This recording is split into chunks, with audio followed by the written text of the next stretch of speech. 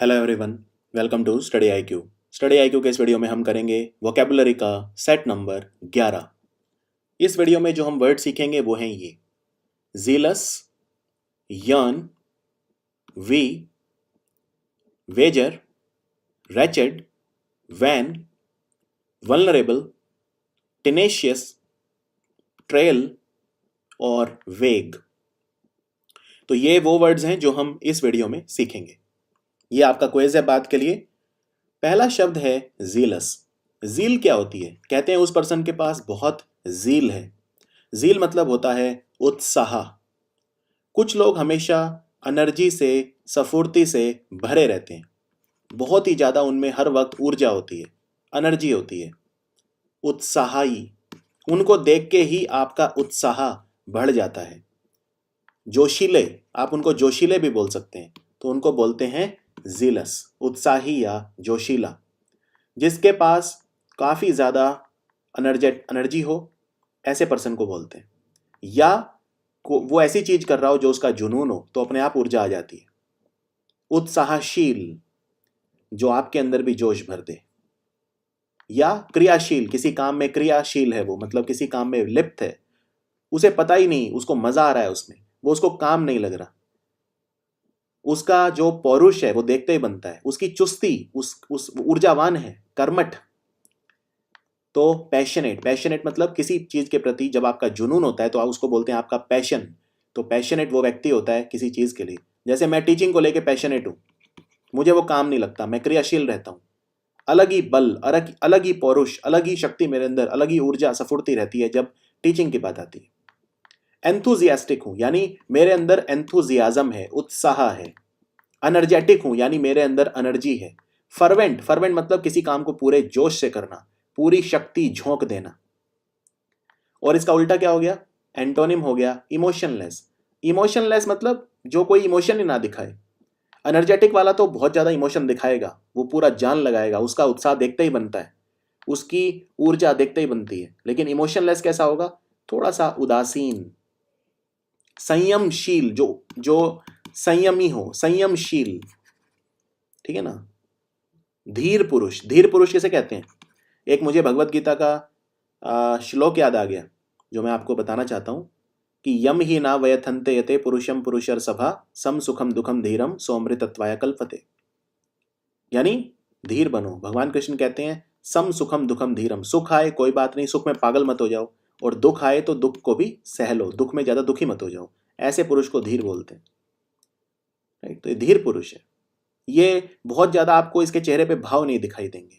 एक तरह से शांत है ये निष्पक्ष है एक तरह से। ये धीर पुरुष है, शांत, आवेग नहीं, आवेग में नहीं आता, क्रोध में नहीं आता, बहुत ज्यादा इमोशंस नहीं दिखाता। डिस्पैशनेट है। डिस्पैशनेट यानी बिल्कुल इसका उल्टा, पैशनेट का उल्टा डिस्पैशनेट। और एपैथी किस सेंस में यूज होता है? एपैथी मतलब लापरवाही, फर्क ही नहीं पड़ता उसे, जिसे फर्क ही नहीं पड़ता। जैसे फॉर एग्जांपल सरकार की गरीबों के प्रति एपैथी, यानी फर्क ही नहीं पड़ना, लापरवाह होना, बेपरवाह होना, उसको बोलते हैं एपैथी। तो ये इसके उल्टे शब्द हो गए। क्योंकि या तो आप किसी चीज के प्रति ध्यान दोगे, मान लो कोई चीज आपको पसंद हो, आप उस पर ध्यान दोगे, लेकिन अगर उस पर आप बचना चाहते हो तो आप एपैथी शो करोगे अपनी, यानी लापरवाही, बेपरवाह की मुझे फर्क ही नहीं पड़ता, मैं उस पर ध्यान नहीं दूंगा। तो ये एपैथी भी इसका उल्टा शब्द है। एग्जाम्पल देखते हैं। In his zeal to finish the race he completely blocked out the pain in his leg. कोई धावक था, तो रेस कर रहा था, वो रेस में था, तो उसमें रेस फिनिश करने का इतना उत्साह था, रेस को फिनिश करने का यानी कि जीतने का रेस को इतना उत्साह था कि वो अपने पैर का दर्द भी भूल गया। He completely blocked out the pain in his leg. जैसे कि पेन था ही नहीं, उसे ऐसा लगा, क्योंकि उसका ध्यान तो सिर्फ अपने लक्ष्य पे था, सिर्फ जब रेस फिनिश होती है उस लकीर पे था कि मेरा ध्यान तो बस उस पे है, मुझे नहीं पता मेरे पैर में पेन है या क्या है, कुछ नहीं। इसी तरह आपका एज अ विद्यार्थी, अभ्यर्थी, परीक्षार्थी, आपका भी ध्यान सिर्फ अपने लक्ष्य पे होना चाहिए। In their zeal to catch the thieves, police have ignored citizens' basic civil rights. जो पुलिस है वो उनमें चोरों को पकड़ने का इतना थीव्स मतलब होता है चोर, बहुत सारे चोर। तो पुलिस में चोरों को पकड़ने का इतना ज़्यादा उत्साह है कि उस चक्कर में वो नागरिकों के मौलिक अधिकार, जो सिविल अधिकार हैं, लोक अधिकार, वो भी भूल गए हैं। अब यहाँ पे ज़ील नेगेटिव सेंस में यूज़ हुआ है, ठीक है ना, क्योंकि ऐसा नहीं है कि हर वक्त ही आपको इतना उत्साही रहना है कि आप उसमें कुछ भी कर बैठो। आपको जरूरत पड़ने पे धीर भी होना चाहिए, संयमशील भी होना चाहिए, ठीक है ना। हर वक्त का जोश काम नहीं आता, कई बार होश भी काम आते हैं। अब आपको चोर पकड़ना है तो ऐसा तो नहीं कि वहां पे बहुत सारी भीड़ है तो आप सब पे गोलियां चला दोगे। तो पुलिस को इतनी जील थी, इतना उत्साह था उनके अंदर चोरों को पकड़ने का कि उन्होंने लोगों के जो लोक अधिकार हैं वो भी नजरअंदाज कर दिए। तो जीलस मतलब उत्साही। अब बात करते हैं एक और बहुत अच्छे वर्ड पे, जो है यर्न। एक मैंने आपको शब्द बताया था पहले, क्रेव। क्रेव मतलब क्या होता है? किसी चीज को पाने के लिए तड़पना। तो किसी चीज के लिए तरसना या तड़पना, बहुत ज्यादा किसी चीज की लॉन्गिंग होना। लॉन्गिंग मतलब किसी चीज के लिए तड़पना, कि भाई मुझे तो आइसक्रीम की बहुत ज्यादा लॉन्गिंग हो रही है, मुझे तो प्रभु प्राप्ति यानी मुझे गॉड की लॉन्गिंग हो रही है। बहुत कम बोलते हैं आजकल वैसे लोग कि मुझे गॉड की लॉन्गिंग हो रही है। आजकल तो जमाना वो जो है वो सू का नहीं है, आजकल तो कू का जमाना है। आजकल तो लंबी लंबी लाइनें मंदिरों के बाहर नहीं लगती, आजकल तो शराब की दुकानों के बाहर लगती है।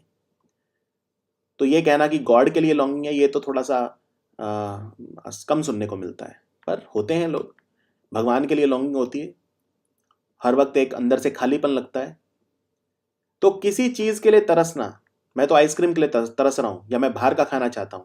आई am longing for some fast food, मेरे को फास्ट फूड नहीं मिला 45 दिन से, I am longing for it. I am longing for success, मैं तो सक्सेस के लिए तड़प रहा हूं, तरस रहा हूं। बहुत ज्यादा चाह होना किसी चीज की, एकदम लालायित होना, किसी चीज की बहुत तीव्र इच्छा करना, तड़पना उसके लिए, तरसना उसके लिए, तो उसको बोलते हैं क्रेविंग करना। मुझे तो क्रेव कर रहा हूं उसके लिए कि मुझे कोई दे दे बस वो चीज, बहुत ज्यादा तड़प हो रही है, डिजायर, मेरी बहुत इच्छा है, मेरा तो दिल आ गया है उस पर, यानी I have my heart set on it. एक मुहावरा होता है, to have one's heart set on, मेरा दिल तो इस पे सेट है। I have my heart set on this dress, मेरा तो इस ड्रेस पे दिल आ गया है, अब मैं कोई और ड्रेस नहीं पहनूंगा। एक मतलब दर्द, किसी चीज के लिए तड़पना, दर्द होना। एक मतलब दर्द होता है, जैसे हेडेक बोलते हैं, तो वो हेडेक। तो ये एक फॉर मतलब ये नहीं मिली तो मेरे को दर्द होगा, तो यानी मैं इस चीज के लिए लॉन्गिंग कर रहा हूं, यर्न कर रहा हूं। हंगर, इस चीज की भूख है मेरे अंदर, ये चाहिए मुझे, सक्सेस की भूख है मेरे अंदर, hunger for success, I am hungry for success. इसका उल्टा क्या हो गया? कोई, इसका उल्टा हो गया, आप किसी चीज से नफरत करते हो, नहीं चाहते आप उसे, जितना ज्यादा आप इसको चाहते थे उतना ही इससे दूर जाना चाहते हो, यानी आप उसे एबॉर करते हो या डिटेस्ट करते हो, यानी उस चीज से नफरत करते हो। डिटेस्ट, एबोमिनेट, डेस्पाइज करते हो आप उसे, लोथ करते हो आप उसे, या रिजेक्ट करते हो। बिल्कुल उल्टा, किसी चीज को, किसी चीज से दूर जाना, किसी चीज से नफरत करना, किसी चीज को बिल्कुल आप नहीं चाहते आपके पास आ जाए, आप उसे डिटेस्ट करते हो, नफरत करते हो, रिजेक्ट करते हो। रिजेक्ट, मैं एक्सेप्ट नहीं कर रहा, मैं इसे एक्सेप्ट नहीं कर रहा, अपना नहीं रहा, रिजेक्ट कर रहा हूं, डेस्पाइज कर रहा हूं, मैं नफरत करता हूं इस चीज से, या एबोमिनेट या एबॉर या लोथ, एक ही बात है, एकदम एग्जैक्ट सिनोनिम में सारे, कोई भी शब्द का आप इस्तेमाल कर सकते हो। तो example, people neck deep in poverty naturally yearn for relief from social injustice. Social injustice बोलते हैं सामाजिक अन्याय। वो लोग जो नेक डीप मतलब गर्दन तक ढके हुए हैं गरीबी में, यानी कि ये गरीबी की जो उनकी परिस्थिति है वो दिखाने के लिए यूज किया गया है नेक डीप। जैसे मान लो मैं बोलता हूँ I am neck deep in work, मतलब मैं काम में डूबा हुआ हूँ, काम बहुत ज्यादा है, मैं तो ऐसा है जैसे काम के समंदर में और गर्दन तक डूब गया हूँ। नेक डीप, नेक मतलब गर्दन, डीप मतलब गहराई। वो लोग जो गरीबी में नेक डीप है यानी बहुत ज्यादा गरीब हैं, वो, उनके लिए स्वाभाविक है, उनके लिए नेचुरल है कि वो किस चीज के लिए लालायित होंगे? रिलीफ फ्रॉम सोशल इंजस्टिस, सामाजिक अन्याय से उनको छूट मिल जाए, रिलीफ मिल जाए सामाजिक अन्याय से। Colva beach is one of the most suitable places if you want to escape from the din of city life and yearn for a tranquil vacation to soothe your soul and mind। एक बीच है गोवा में, कोलवा बीच, तो ये लिख रहे हैं कोलवा बीच जो है वो एक बहुत अच्छी जगह है, one of the most suitable places, बहुत सुटेबल, बहुत उपयुक्त जगह है। If you want to escape from the din of city life, अगर आप जो सिटी लाइफ है, जो शहरों की आवाज यानी नॉइज, डिन ऑफ सिटी लाइफ मतलब शहर की जो कर्कशता, हर वक्त की आवाज, शोरगुल, तो डिन मतलब होता है शोरगुल। अगर आप उससे बचना चाहते हो, एस्केप मतलब बचना, भाग जाना चाहते हो उससे दूर, डिन ऑफ सिटी लाइफ, तो कहाँ जाओ? कोलवा बीच। तो कोलवा बीच क्यों जाओ? If you want to escape from the din of city life and yearn for a tranquil vacation. Tranquil मतलब शांत।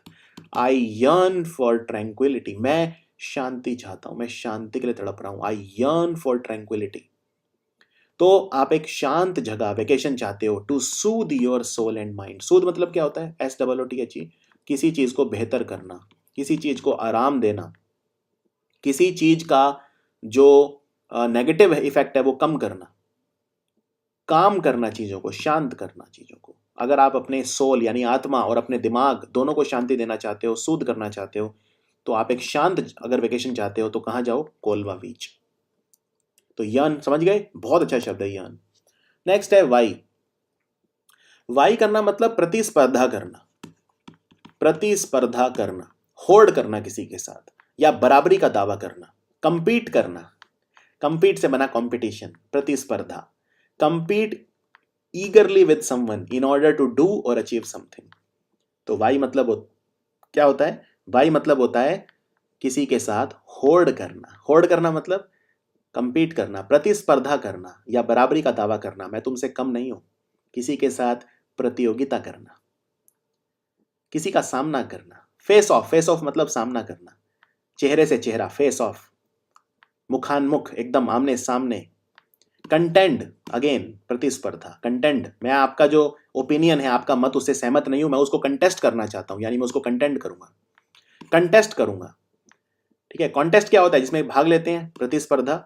लॉक हॉर्न्स मतलब बताया था मैंने, लॉक हॉर्न्स। लॉक हॉर्न्स मतलब जैसे दो बैल होते हैं, वो अपने हॉर्न यानी कि सींग एक दूसरे में फंसा लेते हैं। तो मैं भी आपके साथ लॉक हॉर्न्स करना चाहता हूं, यानी आपके साथ सींग लड़ाना। सींग लड़ाना मतलब आपके साथ प्रतिस्पर्धा करना चाहता हूं, शास्त्रार्थ करना चाहता हूं, मैं देखना चाहता हूं आपको मेरे से ज्यादा नॉलेज है। पहले बोलते थे शास्त्रार्थ होता था। या इसका उल्टा, अब या तो आप किसी के साथ किसी की दास्ता स्वीकार नहीं करोगे, ये स्वीकार नहीं करोगे कि नहीं वो मुझसे बेहतर है, आप या तो कंटेस्ट करोगे उसके साथ, फेस ऑफ करोगे, बराबरी का दावा करोगे, होड़ करोगे, प्रतिस्पर्धा करोगे, या चुपचाप आत्मसमर्पण कर दोगे, कंसीड कर लोगे डिफीट। हाँ हाँ मैं हार मानता हूं, यील्ड कर दोगे, यील्ड कर दोगे, आप सकम्ब कर दोगे, घुटने टेक दोगे, या सरेंडर कर दोगे, या कैपिचुलेट कर दोगे। बड़ा प्यारा शब्द है, one of my favourites. Capitulate करना मतलब किसी के सामने घुटने टेक देना। वो दूसरी टीम इतनी कायर थी कि इनके खिलाड़ियों को देखते ही क्या कर गए? एकदम सरेंडर कर दिया। सरेंडर करना मतलब आत्मसमर्पण करना, सकम कर जाना। सकम मतलब त्याग देना, जैसे प्राण, ही सकम टू हिज इंजरीज। उसकी चोटें इतनी गहरी थी कि वो सकम कर गया। सकम कर गया मतलब डेथ हो गई उसकी। He succumbed to his injuries, he gave up, उसने गिव अप कर दिया। ठीक है, उसने गिव अप कर दिया, घुटने टेक दिए, सौंप दिया, अपना जीवन ही दे दिया, छोड़ दिया, जाने दिया। उसने बराबरी का दावा नहीं किया, चीज को जाने दिया, स्वीकार कर लिया, दूसरे की जीत को स्वीकार कर लिया, अपने ऊपर हाथ खींच लिए, छोड़ दिया। राइट? तो वी का उल्टा हो गया ये सब। Example, they are vying to win the championship for the third year in a row. वो तीसरी बार लगातार प्रतियोगिता जीतने के लिए वाई कर रहे हैं, यानी कि वो लगातार ये कह रहे हैं कि इस बार वो जीतेंगे, यानी वो अपना जो जो कॉन्टेस्ट है, ठीक है, जैसे इलेक्शन में होता है, इलेक्शन में आप क्या करते हो? अपनी दावेदारी प्रस्तुत करते हो।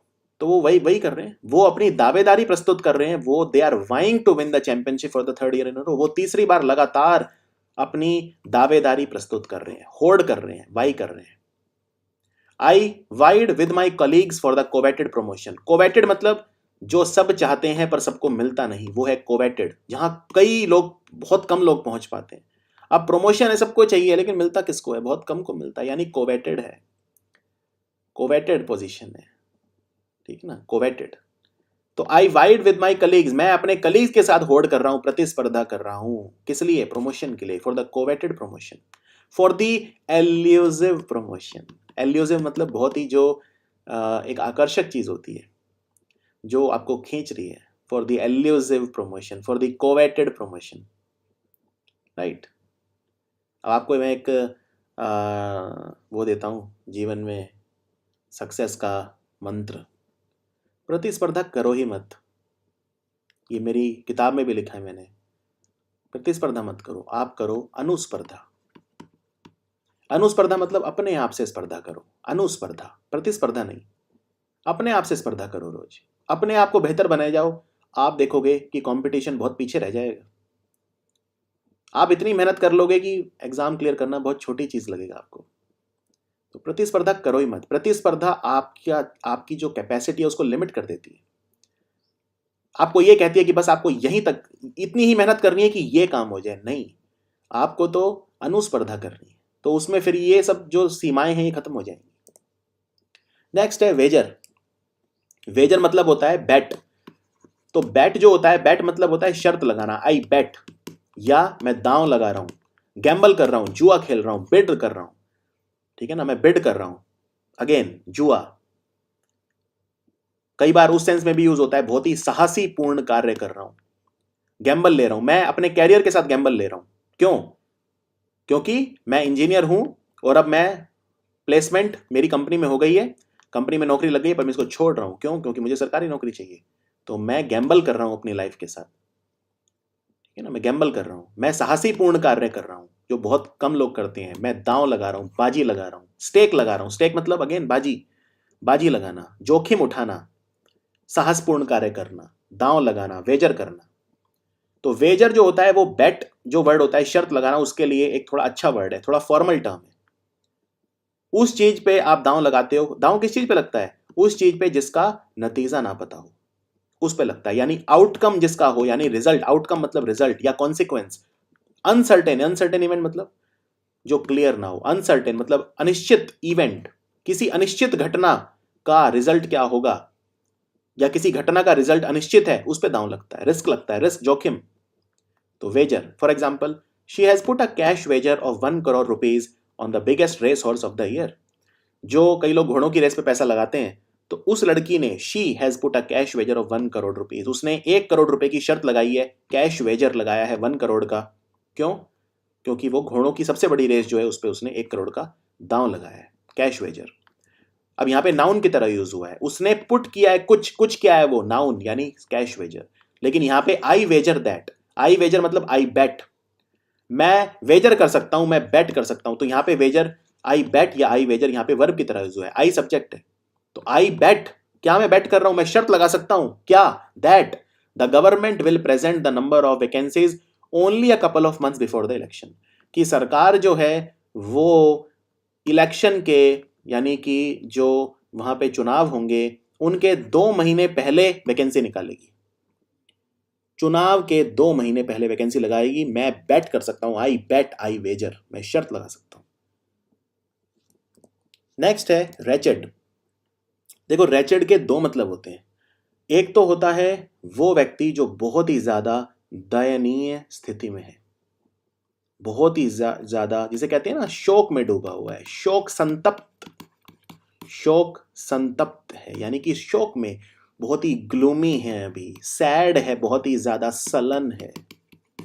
एक तो उस स्थिति में बहुत ही दयनीय है, वो मिजरेबल है एकदम, बिल्कुल बिल्कुल मिजरेबल, दयनीय स्थिति में, दुखी एकदम, शोक संतप्त, बहुत ही तकलीफ में है, डीपली अफ्लिक्टेड, पैथेटिक, बहुत ही पैथेटिक, बहुत ही बुरी सिचुएशन में है, डिसहार्टेंड है, डिजेक्टेड है, होपलेस है, सारी होप यानी कि आशा की किरण सब चली गई है। डिजेक्टेड, डिजेक्टेड मतलब होपलेस, जिसके पास आशा ही ना हो। डिस्ट्रेस में है, बहुत ही दुखी है, स्ट्रेस, तनाव मुक्त है बहुत ज्यादा।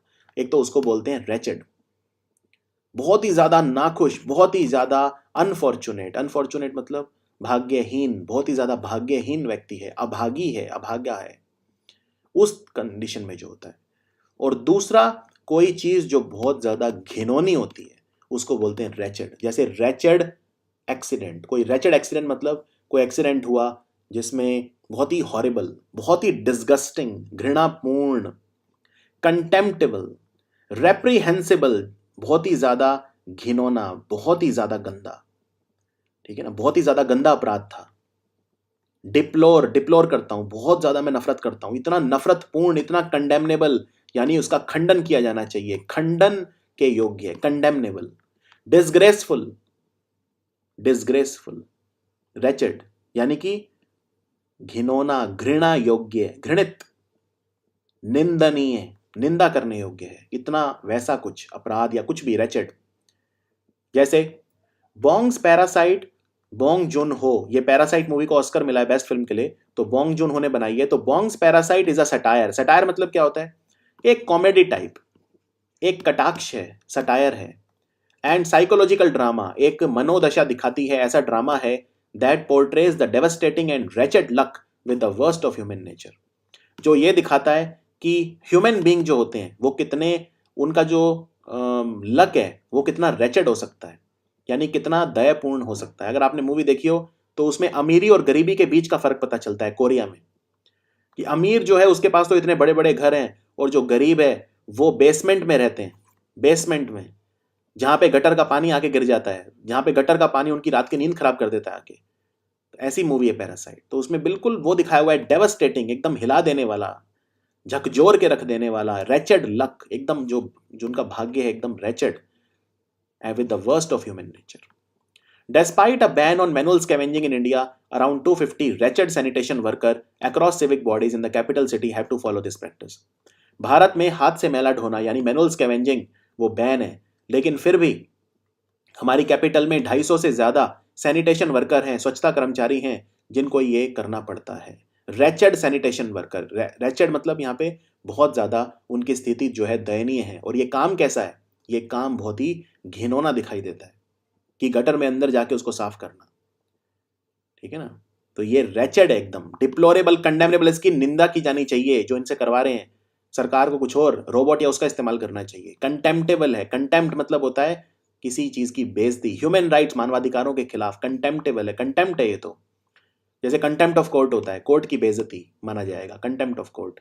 डिस्गस्टिंग, एकदम घिनौना, घृणित काम है। रेप्रीहेंसिबल, डिप्लोरेबल, डिप्लोरिंग या डिसग्रेसफुल, राइट। लेकिन फिर भी लोग कर रहे हैं, क्यों? क्योंकि एक तो उनकी कंडीशन रेचेड है और ये काम भी रेचेड है। समझिए रेचेड का इस्तेमाल किस तरह से करना है। फिर है वैन, WAN, वैन। ये वर्ब और एडजेक्टिव दोनों की तरह यूज होता है। देखो वैन आसान है समझना। वैन मतलब होता है कमजोर और मुरझाया हुआ। मान लो किसी को 10 दिन से बुखार है, वो आपको कैसा लगेगा? एकदम पेल। पेल मतलब, पेल वो उस चीज को बोलते हैं जिसका कलर वो हो जाता है, कलर उसका बहुत ज्यादा कलरफुल नहीं होता, मतलब वो पेल है, पेल हो गया एकदम। जैसे अनीमिया हो जाता है, जब हीमोग्लोबिन की कमी हो जाती है तो हमारा शरीर कैसा हो जाता है? पेल। हमारे शरीर का रंग ही चला जाता है, थका थका, पीला, फीका, बीमार, मुरझाया, हल्का। सिकली, सिकली मतलब बीमार, सिक, तो कमजोर और मुरझाया हुआ, जिसमें वाइटलिटी ना हो। वाइटलिटी मतलब जोश, जीवन। क्यों? क्योंकि वो इलनेस यानी किसी रोग से पीड़ित है। इलनेस, बीमारी, अनहैप्पीनेस या बहुत अनहैप्पी है, तो इसका सिनोनिम होगा पैलिड, पेल, वीक, कमजोर, या फीबल। फीबल मतलब भी होता है कमजोर, पैलिड मतलब भी होता है कमजोर, मुरझाया हुआ, प्राणहीन एक तरह से। और इसका उल्टा क्या होगा? ब्लूमिंग। ब्लूमिंग मतलब खिला हुआ एकदम, जैसे फ्लावर ब्लूम करते हैं, फूल खिलते हैं तो क्या बोलते हैं? Blooming of flowers. ग्लोइंग, चमकता हुआ, चमक ही अलग है। ग्लो करना मतलब चमकना। कलरफुल, बहुत ज्यादा रंगीला, रंग में एकदम, रंग ही अलग है उसके चेहरे पे। ब्राइट, ब्राइट मतलब बहुत चमकीला, चमक, ब्राइट, ब्राइटनेस, राइट। तो ये आसान है समझना। वैन मतलब कमजोर और मुरझाया हुआ। Although the child was quite ill, yet he managed to give his mother a wan smile. चूंकि या वो जो बच्चा था, चाइल्ड, वो काफी बीमार था। क्वाइट इल मतलब होता है काफी बीमार, यहाँ पे क्वाइट मतलब काफी ज्यादा। और एक होता है क्वाइट, QUIET, क्वाइट मतलब शांत। क्वाइट हो जाओ, एकदम चुप हो जाओ, बी क्वाइट यानी शांत हो जाओ। तो वो क्वाइट की स्पेलिंग और इसकी स्पेलिंग में फर्क है। Quite ill, he is quite rich मतलब he is quite rich. QUITE मतलब बहुत अमीर है। He is quite rich, he is quite beautiful, he is quite handsome, she is quite beautiful. वो बहुत खूबसूरत है, she is quite beautiful. Although the child was quite ill, उसके बावजूद, वो बच्चा बहुत बीमार था, लेकिन उसके बावजूद वो अपनी मम्मी को एक वैन स्माइल दे रहा था, एक मुरझाई हुई सी स्माइल दे रहा था, जो उसकी दशा बता रही थी। When elderly woman's grandchildren visited her at the nursing home, her usually wan expression suddenly brightened. जब जो बूढ़ी औरत थी, एल्डरली वुमेन मतलब बूढ़ी औरत, उसके पोते पोतियां यानी ग्रैंड चिल्ड्रन, जब उसके ग्रैंड चिल्ड्रन उससे मिलने गए नर्सिंग होम में, हॉस्पिटल में, तो उसके जो वैन एक्सप्रेशंस थे, यानी कि जो मुरझाए हुए एक्सप्रेशन थे चेहरे के, वो कैसे हो गए? खिल उठे, खिल उठे, ठीक है, वैन। नेक्स्ट है वल्नरेबल। बहुत ही अच्छा शब्द है, बहुत ही इंपॉर्टेंट, बहुत ज्यादा यूज होता है। देखो वल्नरेबल मतलब क्या होता है? मान लो कोई किला है, राजा महाराजा का किला, उसकी दीवार उतनी मजबूत नहीं है, किले की दीवार, तो कैसी है? वल्नरेबल, यानी आघात योग्य है, उस पर कोई भी आघात कर सकता है, कोई भी वार कर सकता है, कोई भी उसका फायदा ले सकता है, अति संवेदनशील।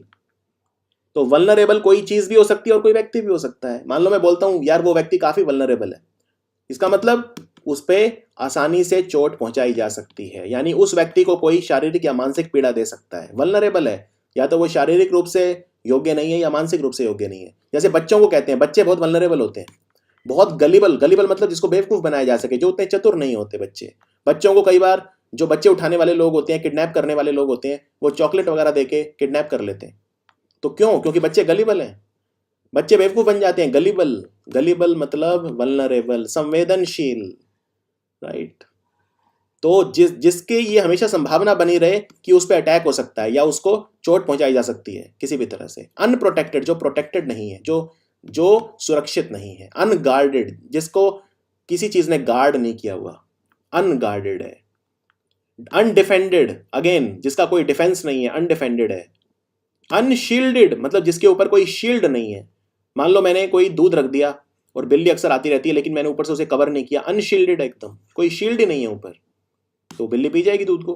अनफोर्टिफाइड मतलब मजबूत नहीं, फोर्टिफाइड करना मतलब मजबूत करना, अनफोर्टिफाइड है, मजबूत नहीं है। डिफेंसलेस, कोई डिफेंस ही नहीं है, डिफेंसलेस, तो वो चीज क्या हो जाएगी? बहुत ज्यादा संवेदनशील हो जाएगी, वल्नरेबल हो जाएगी, गलीबल हो जाएगी। और इसका उल्टा क्या होगा? उल्टा होगा रिजिलियंट। रिजिलियंट मतलब लचीला, लचीला, सिक्योर, सेफ, शील्डेड, शील्डेड है, चारों तरफ से ढका हुआ। गार्डेड, चारों तरफ से गार्ड खड़े हैं जैसे उसको बचाने के लिए, गार्डेड है, सुरक्षित है, कवर्ड है हर तरफ से, ठीक है। तो वल्नरेबल, जैसे for example the elderly and the children are the most vulnerable to कोविड-19। कोरोना वायरस से सबसे ज्यादा वल्नरेबल लोग कौन है? बूढ़े और बच्चे। कोरोना वायरस से एल्डरली और चिल्ड्रन दोनों बहुत ज्यादा वल्नरेबल है। UN 2019 assessment of India being the country high on vulnerability and low on resilience to the climate change is of great significance। संयुक्त राष्ट्र की रिपोर्ट है, उन्होंने भारत को असेस करा है। असेस मतलब पता करा है कि भारत में क्या चल रहा है, असेसमेंट करा है, एनालिटिक्स यूज करें हैं, एनालाइज करा है भारत को। तो उन्होंने ये कहा है कि भारत हाई ऑन वल्नरेबिलिटी है, यानी भारत काफी संवेदनशील है, और रिजिलियंस में कम है, यानी लचीलापन कम है। लचीलापन से मतलब क्या है यहाँ पे? अगर जलवायु परिवर्तन होता है, क्लाइमेट चेंज, तो अगर भारत एक रिजिलियंट कंट्री होता, भारत में रिजिलियंस होता, लचीलापन होता इसको लेके, तो हम सह जाते। लेकिन रिजिलियंस तो कम है, लेकिन वल्नरेबिलिटी बहुत ज्यादा है, यानी अगर जलवायु परिवर्तन होता है तो भारत को बहुत ज्यादा दुष्परिणाम इसके उठाने पड़ेंगे, ये UN ने कहा है 2019।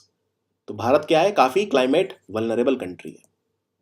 टेनेशियस, टेनेशियस मतलब होता है प्रतिबद्ध, कटिबद्ध, सख्त, अटल, अपने निर्णय में अटल, आसानी से जिसको विचलित ना किया जा सके, ठीक है ना। जिसने कोई चीज ठान ली तो ठान ली, किसी चीज को पकड़ लिया तो पकड़ लिया, बहुत ज्यादा डिटरमिन्ड हो, डिटर्मिनेशन जिसमें बहुत ज्यादा हो, बहुत ज्यादा प्रतिबद्ध हो, बहुत ज्यादा कटिबद्ध हो, उसको बोलते हैं टेनेशियस। फर्म, एकदम अडिग, अपने निर्णय पे टिका हुआ, अडिग, फर्म, अनशेकेबल, आप उसको हिला नहीं सकते, शेक नहीं कर सकते, वहां से पैर जमा दिया तो जमा दिया।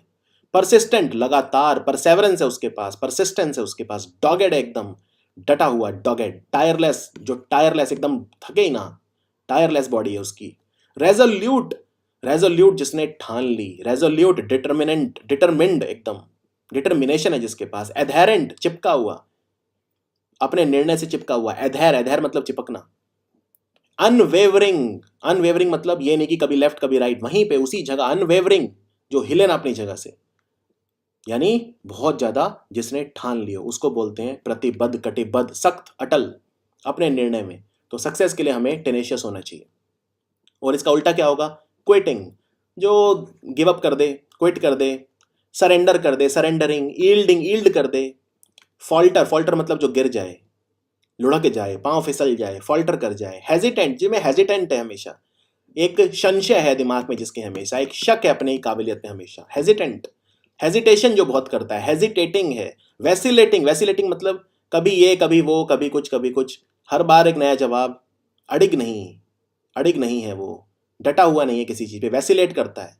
पिछले हफ्ते पूछा था छुट्टियों पे जाओगे, वो कहता है हाँ, इस हफ्ते कह रहा है नहीं, अगले हफ्ते फिर पूछूंगा कहेगा हाँ, अपने जवाब पे कायम नहीं है, वेवरिंग है, वेवरिंग, आसानी से वेवर कर रहा है, ठीक है ना।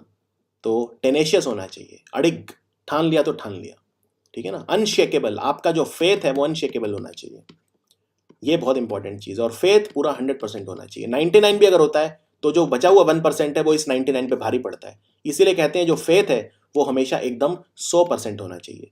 जैसे पानी 100 डिग्री पे उबलता है, 99 पे नहीं, कभी 99 पे भी नहीं उबलता, 100 पे ही वो इवेपोरेट करता है, भाप बनता है। बॉइलिंग पॉइंट 100 है तो मतलब 100 है, 99 पे भी नहीं वो भाप बनेगा, 100 पे ही बनेगा, याद रखिए।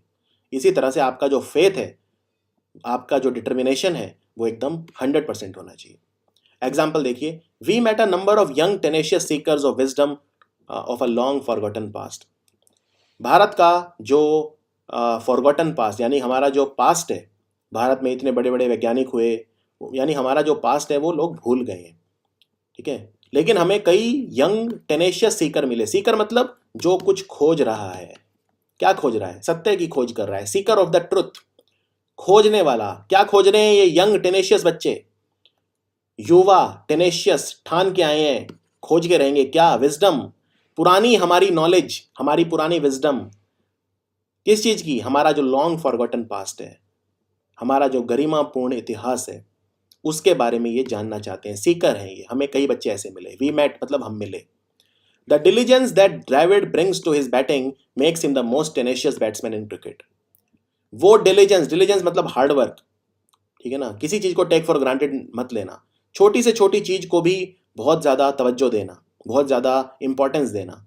तो वो डिलीजेंस, वो हार्डवर्क जो राहुल द्रविड़ अपनी बैटिंग में लेके आया, उससे वो क्रिकेट के इतिहास में एक बहुत टेनेशियस बैट्समैन बन गया। टेनेशियस मतलब उसको आउट करना बहुत मुश्किल है, वो तो एकदम डटा हुआ है वहीं पे, अड़िग है एकदम, तो वो टेनेशियस बैट्समैन है, ठीक है ना। उसके बाद है ट्रेल। ट्रेल मतलब होता है पगडंडी। अब यहाँ पगडंडी मतलब वो नहीं है कि किसी चीज पे आप चल के जा रहे हो, मतलब कोई ऐसी चीज जिस पे कोई चला गया और फिर आप उस पे चल रहे हैं, किसी के पद चिन्हों पर चल रहे हैं, तो पद चिन्ह हो गया ट्रेल।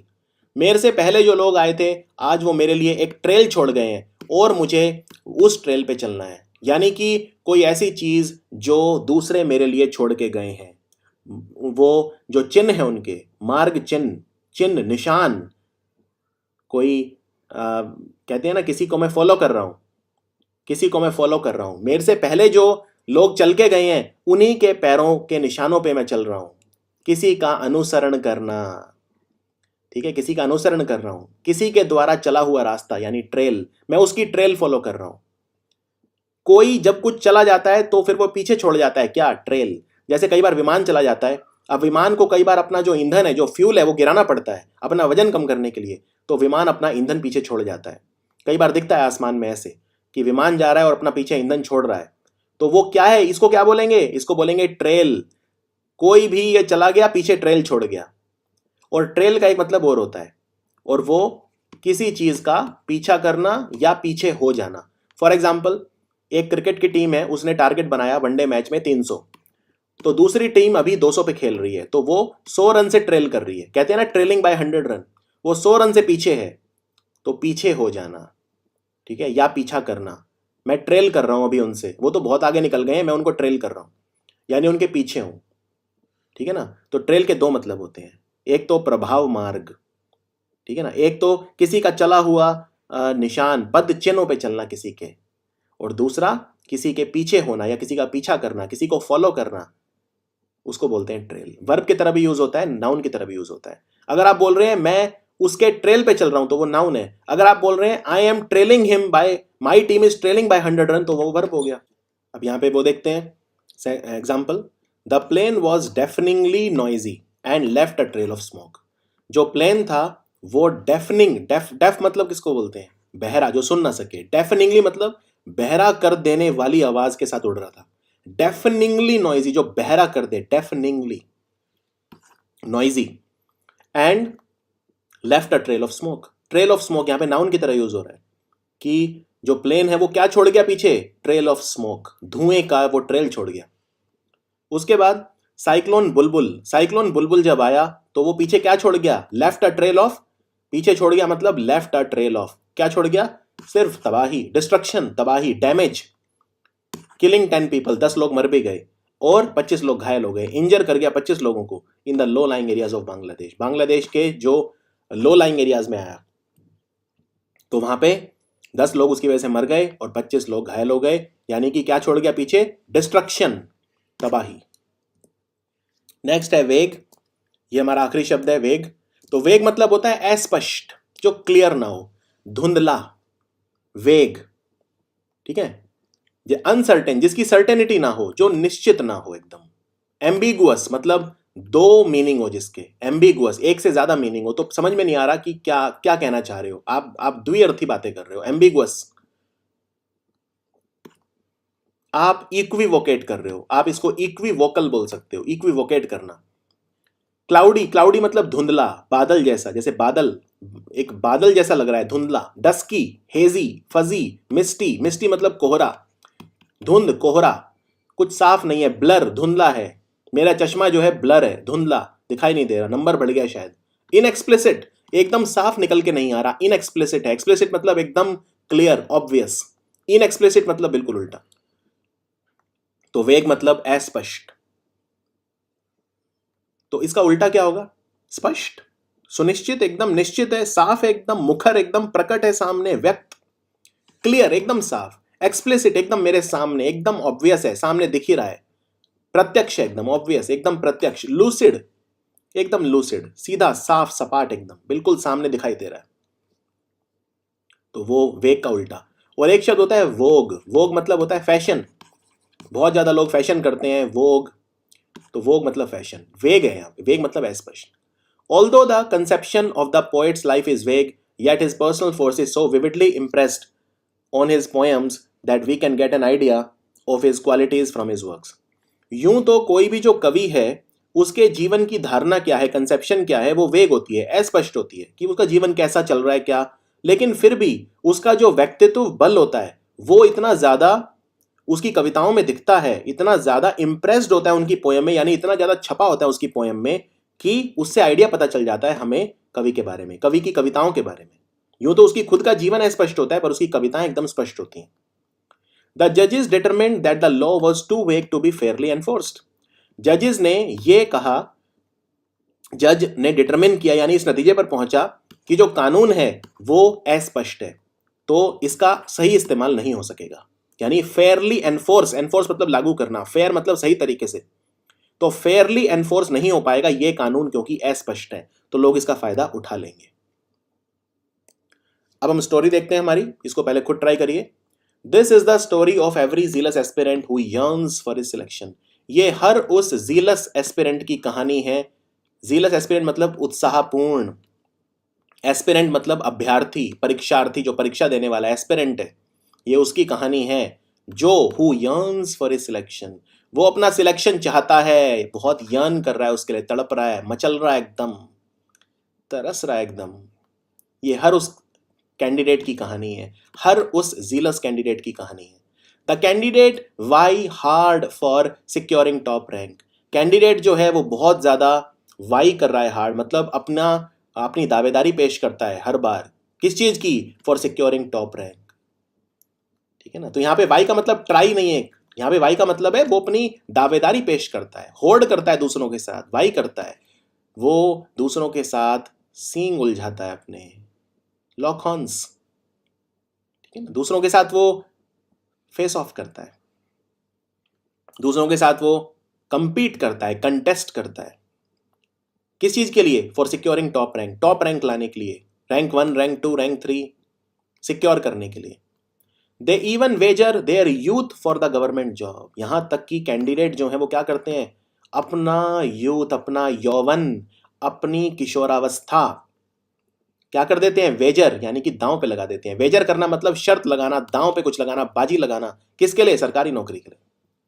यहां तक कि अपना पूरा यौवन, अपना पूरा जवानी, अपना पूरा एडल्ट का जो शुरू का हिस्सा होता है, 20 से 30 का साल जो होता है, किशोरावस्था कह सकते हो, वो वेजर कर देते हैं। तरुणावस्था बोल सकते हो, वो ज्यादा अच्छा शब्द है, तरुणावस्था। कईयों के लिए किशोरावस्था भी होती है, कई बहुत पहले शुरू कर देते हैं। यहां तक कि वो अपना यौवन यूथ क्या कर देते हैं, वेजर कर देते हैं, दांव पे लगा देते हैं गवर्नमेंट जॉब के लिए। Every year after the announcement of the result some of them are not able to make it. हर साल जब रिजल्ट अनाउंस होता है तो कुछ लोग नहीं उत्तीर्ण हो पाते। दोज रेचेड एस्पिरेंट, वो एस्पिरेंट जो बहुत ही रेचेड है, मतलब फिर वो बहुत उदास, बहुत ही ग्लूमी, बहुत ही सलन, बहुत ही ज्यादा मोरोज, बहुत ही ज्यादा सैड, बहुत ही ज्यादा दयनीय, वो उनके फेस कैसे हो जाते हैं, वैन फेसेस, मतलब मुरझाए हुए चेहरों के साथ। फिर वो अपने पेरेंट्स को रिजल्ट बताते हैं जाके। Tell about the result to their parents. Parents after seeing the vulnerability of their children boost up their morale. फिर पेरेंट्स क्या करते हैं, वो जानते हैं कि जो उनके बच्चे हैं बहुत वल्नरेबल हैं, संवेदनशील हैं, ठीक है ना, वल्नरेबल है, उतने मजबूत नहीं है अभी मानसिक रूप से खासकर, तो वो अपने बच्चों को बूस्ट करने की कोशिश करते हैं, उनको इंस्पायर करने की कोशिश करते हैं, उनका मोराल बढ़ाने की कोशिश करते हैं। उनको कहते हैं कोई बात नहीं, वो उनको बोलते हैं कि आप और ज्यादा टेनेशियस हो जाओ, और ज्यादा डट जाओ, मजबूत हो जाओ, अगली बार के लिए, नेक्स्ट टाइम के लिए टेनेशियस हो जाओ, डटे रहो, अडिग हो जाओ एकदम, unshakeable, unwavering. They teach their children not to underestimate themself. वो कहते हैं अपने बच्चों को अपनी क्षमता का कम आकलन मत करो, अंडर एस्टिमेट मत करो। They say that the trail has become vague only but it has not disappeared completely. वो ये कहते हैं कि जो ट्रेल है, जो आपको रास्ता फॉलो करना है, जो पद चिन्हों पे चलना है, हाँ वो रास्ता वेग हुआ है, धुंधला जरूर हुआ है, लेकिन वो डिसअपियर नहीं हुआ, वो गायब नहीं हुआ। They will surely succeed in their next attempt. वो बच्चों को बोलते हैं कि वो अगले अटेम्प्ट में जरूर उत्तीर्ण होंगे, सक्सेसफुल होंगे। तो अब हम हमारा क्विज करते हैं। रैचेड, रैचेड का उल्टा बताना है, ठीक है, रैचेड का उल्टा। फॉर्चुनेट मतलब भाग्यशाली, तो यही हो गया। रैचेड तो दयनीय होगा, पैथेटिक सिचुएशन में है, डिजेक्टेड, एकदम होपलेस है, आशा नहीं, निराशा ही निराशा है, डिसहार्टेंड है, बहुत उदास है, तो इसका उल्टा क्या हो गया, फॉर्चुनेट, भाग्यशाली। उसके बाद वी का सिमिलर मीनिंग बताना है, ठीक है। वी मतलब होता है दूसरे के साथ प्रतिस्पर्धा करना, यानी कंटेंड, यील्ड, कंसीड या सकम। तो वी का मतलब क्या होगा, वी का सिमिलर पूछा है, सिमिलर होगा कंटेंड कर, कंटेंड यानी मैं कंटेस्ट कर रहा हूं आपके साथ, प्रतिस्पर्धा कर रहा हूं। सकम मतलब मर जाना, गिव अप कर देना, हथियार डाल देना, घुटने टेक देना, सौंप देना। यील्ड कर जाना भी वही होता है, और कंसीड भी होता है, हार मान लेना। तो आंसर है कंटेंट, सिमिलर पूछा है क्योंकि। फिर है वैन, वैन का उल्टा बताना है, ठीक है। पैलिड, फीबल, पेल, तीनों का मतलब एक ही होता है, पैलिड कमजोर, फीबल कमजोर, पेल कमजोर, तो आंसर हो गया ग्लोइंग, एकदम ग्लोइंग, ठीक है। उसके बाद है वेग, वेग का उल्टा बताना है, तो वेग होता है अस्पष्ट, तो इसका वो क्या हो गया, स्पष्ट। टीचर ने क्या लूसिड एक्सप्लेनेशन दिया, मजा आ गया, स्पष्ट एकदम, लूसिड, यानी ऑप्शन बी, वेग का उल्टा हो गया लूसिड। जीलस, जीलस मतलब उत्साहपूर्ण, उत्साह से भरा हुआ, इसका सिनोनिम बताना है, समानार्थी शब्द, ठीक है। एपैथी नहीं, डिस्पैशनेट नहीं, इमोशनलेस नहीं, फर्वेंट, तो आंसर हो गया डी, फर्वेंट। फर्वेंट मतलब अगेन वही, उत्साह से भरा हुआ। तो ये था हमारा आज का वीडियो, वीडियो नंबर 11। मिलते हैं बहुत जल्दी वोकैब नंबर 12 में। Thank you so much.